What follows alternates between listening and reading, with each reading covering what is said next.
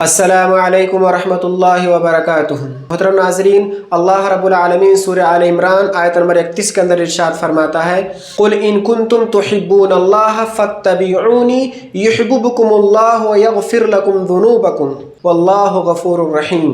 اے نبی، آپ کہہ دیجئے اگر تم اللہ تعالیٰ سے محبت کرتے ہو، اگر تم اللہ تعالیٰ سے محبت کا دعویٰ کرتے ہو، اگر تم اللہ تعالیٰ سے محبت کے دعوے میں سچے ہو، فاتبعونی، تو تم میری اتباع کرو، میری پیروی کرو، میری اطاعت کرو۔ یحببکم اللہ، اللہ تعالیٰ تم سے محبت کرے گا، ویغفر لکم ذنوبکم، اور تمہارے گناہوں کو معاف کر دے گا، واللہ غفور الرحیم، اللہ تعالیٰ بہت زیادہ معاف کرنے والا اور بہت ہی زیادہ مہربان ہے۔ اس آیت کریمہ سے معلوم ہوا کہ اگر کوئی آدمی یہ دعویٰ کرتا ہے کہ وہ اللہ تعالیٰ سے محبت کرتا ہے، اگر کسی کو یہ لگتا ہے کہ اسے اللہ تعالیٰ سے محبت ہے یا کسی کو اللہ تعالیٰ سے محبت کرنی ہے، تو اس کے لیے لازم و ضروری ہے کہ وہ اللہ کے رسول صلی اللہ علیہ وسلم کی اتباع کرے، اللہ کے رسول صلی اللہ علیہ وسلم کی پیروی کرے، آپ کی اطاعت کرے۔ اللہ کے رسول صلی اللہ علیہ وسلم کی اتباع یہ اللہ تعالیٰ کی محبت کو حاصل کرنے کا ذریعہ ہے، اللہ تعالیٰ سے محبت کرنے کا ذریعہ ہے اور اللہ تعالیٰ کی محبت کو پانے کا ذریعہ ہے۔ کوئی بھی آدمی اللہ تعالیٰ سے محبت کا دعویٰ کرے